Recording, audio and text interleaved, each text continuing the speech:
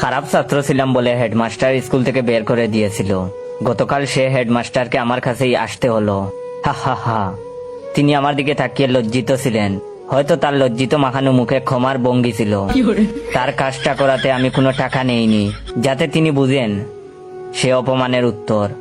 অবশ্য সেদিন বের করে না দিলে আজ এই অবধি আসতে পারতাম না।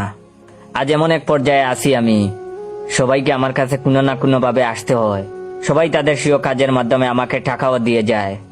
সেদিন এক পুলিশ এসেছিল, তাকে ওর টাকা ছাড়া ছাড়িনি।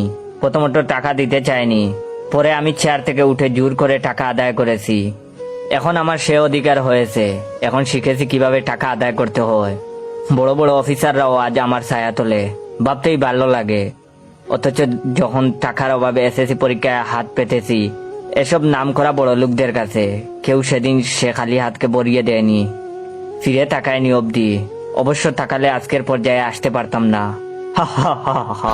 প্রতিটা প্রতিষ্ঠিত শিক্ষিত মানুষের উচিত একজন করে শিক্ষিত মানুষ তৈরি করা, লালন করা। অথচ কেউ করে না। যদি করতো সেদিন টাকার অভাবে আমাকে কাঁদতে হতো না, রাস্তায় দাঁড়াতে হতো না। অবশ্য করলে আজকের পর্যায়ে আসতেও পারতাম না।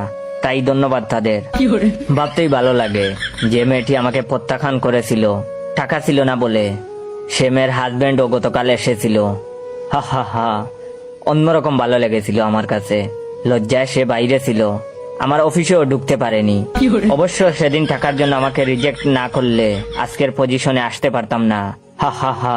তবে তার লাঞ্ছনায় একটা কথা বুঝেছি, ভালো ছেলের জন্য মেয়েরা তাদের হাত ধরে না, মেয়েরা হাত ধরে শুধু টাকার, শুধু টাকার। যেদিন থেকে বেকার হয়ে ঘুরেছি রাস্তায় রাস্তায় একটা কাজের আশায়, সেদিন সবার ধিক্কার পেয়েছি। অবশ্য ধিক্কার না পেলে আজ এই অবধি আসতেও পারতাম না। হা হা হা। আজ আমার অফিসে এসে সবাই সিরিয়াল দেয়, ওয়েট করে, একবার দরজা খোলার অপেক্ষায়। তাদের গাম দেখতে ভীষণ ভালো লাগে আমার। অবশ্য সেদিন তারা আমার গাম না জোড়ালে আজ এই আসনে অধিষ্ঠিত হতাম না আমি। সমাজের এই সকল ঘৃণতম শ্রেণী থেকে টাকা আদায় করতে পারতাম না আমি। হা হা হা হা। জানেন, ছোটবেলায় বাবাকে হারিয়েছিলাম। কেউ কাছে এসে বলেনি বাবা মারা গিয়েছে তো কি হয়েছে, আমরাও যে তোমার বাবা, আমরাও যে তোমার অভিভাবক। অবশ্য বললে আজ এই অবধি আসতে পারতাম না। হা হা হা। আজ সমাজের সে সকলকে ধন্যবাদ যারা আমাকে এই চেয়ারে বসিয়েছেন। ওয়েট ওয়েট, আমি কি এমন সম্মানের চাকরি পেয়েছি তা জানার আগে অবশ্যই আমার এই ভিডিওটা আপনার 15 জন বন্ধুকে শেয়ার করবেন। এবং যারা যারা চান আমি রেগুলার ফানি ফানি গল্প দেই তারা অবশ্যই আমার অরিজিনাল টিকটক অ্যাকাউন্ট বাইসা বনফায়ারকে ফলো দিয়ে রাখবেন। আর সমাজের সে সকলকে ধন্যবাদ যারা আমাকে এই চেয়ারে বসিয়েছেন। আশা করি আমার মতো আরো অনেকেই হবে পাবলিক টয়লেটের ক্যাশিয়ার। হা হা হা। পাবলিক বাসে করে বিয়ানীবাজার থেকে আমি গোলাপগঞ্জ যাচ্ছিলাম। সিট না পাওয়ায় দাঁড়িয়ে যেতে হচ্ছিল। মানুষের জ্যাম, এর মধ্যে একটা ঠুস করে পাত দিলাম। আর কেউ না শুনলেও আমার পাশের লোকটা শুনে আমার দিকে তাকিয়েছিল। 10 থেকে 15 সেকেন্ড পর পাদের দুর্গন্ধ পুরো বাস ছড়িয়ে পড়ছিল। সবাই কাপড় দিয়ে নাক ডাকতে ব্যস্ত। এইবার পাশে দাঁড়িয়ে থাকা লোকটা খুবই রেগে বলতে লাগলো, ওই মিয়া, পাট টাট বাইরে থেকে দিয়ে আসতে পারেন না? বাসে এসে মানুষদের ভিতরে পাত দিতে হলো। এইবার পুরো বাসের মানুষেরাই আমাকে কথা শোনাতে লাগলো। শুধুমাত্র আমাকে চিবিয়ে খেতে পারছে না কেউ। তাদের কথার ভিতরেই দিলাম আরেকটা টুস করে পাদ। উফ, আগেরটার চেয়ে অনেক বেশি বড়, অনেক বেশি দুর্গন্ধ। এইবার আর আমাকে তারা বাসে রাখেনি।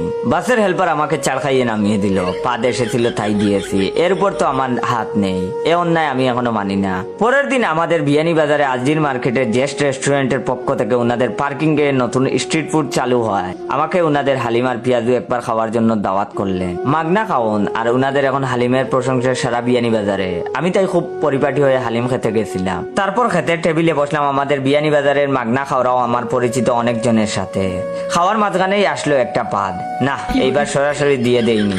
অনেক চাপিয়ে রাখতে চেয়েছিলাম কিন্তু পারিনি। একটু পর করে দিলাম ছেড়ে। অনেকক্ষণ চিপে রাখার কারণে পাদের শব্দটা অনেকটা বাঁশির সুরের মতো হয়ে গেছিল। পাদের শব্দটা অন্যরকম হয় ভেবেছিলাম কেউ বুঝতে পারেনি, কিন্তু না, সবাই দিকে আমার দিকে তাকিয়ে আছে। সম্মান আর পেলাম কই। আমাকে অর্ধেক বাটি হালিম খাওয়া থেকেই টেবিল থেকে তুলে দিয়েছে ওরা। অনেক অসম্মানিত হয়ে রেগে গিয়ে টেবিল থেকে উঠার সময় টিস টাস টুস ফুটুস আরো 4-5টা পাত দিলাম ছেড়ে। আমাকে খেতে দিলি না, নে এইবার তোরাও খা দেখি এই দুর্গন্ধের ভিতর। পরের দিন 4 জনের কাছ থেকে শেখা খেয়ে 5 নম্বর প্রেমিকার সাথে প্রথমবারের মতো দেখা করতে গেছিলাম একটা রেস্টুরেন্টে।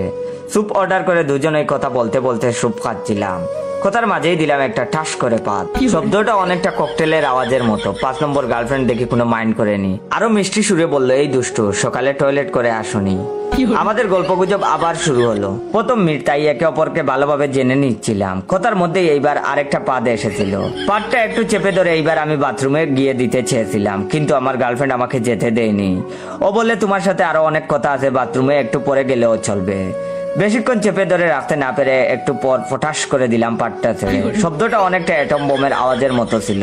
এখন দেখি রেস্টুরেন্টের সবাই আমার দিকে হা করে তাকিয়ে আছে। আমার গার্লফ্রেন্ড নাক ধরে বসে থাকা থেকে দাঁড়িয়ে উঠে বলল, তোমার সাথে আমার কোনোভাবে যায় না, ব্রেকআপ ব্রেকআপ ব্রেকআপ। এই বলে যে গেল, আর একটি বারের জন্য সে পিছন ফিরে তাকায়নি। এত কষ্ট আমি কই রাখি। খুবই কষ্ট পেয়ে সেদিন শেওলা সেতু থেকে লাফ দিয়ে আত্মহত্যা করতে চেয়েছিলাম, কিন্তু পারিনি। আত্মহত্যা মহাপাপ কথাটি মনে পড়ে গিয়েছিল, তো তাই বাসায় গিয়ে দাদিকে সব কষ্টের কথা শেয়ার করলাম। দাদি তখন বলল, কেউ পাদ দিয়ে পাদের কারণে সব হারাচ্ছে, আবার কেউ কেউ পাদ না দিয়ে অন্যের পাদের দায় স্বীকার করে কোটিপতি হচ্ছে।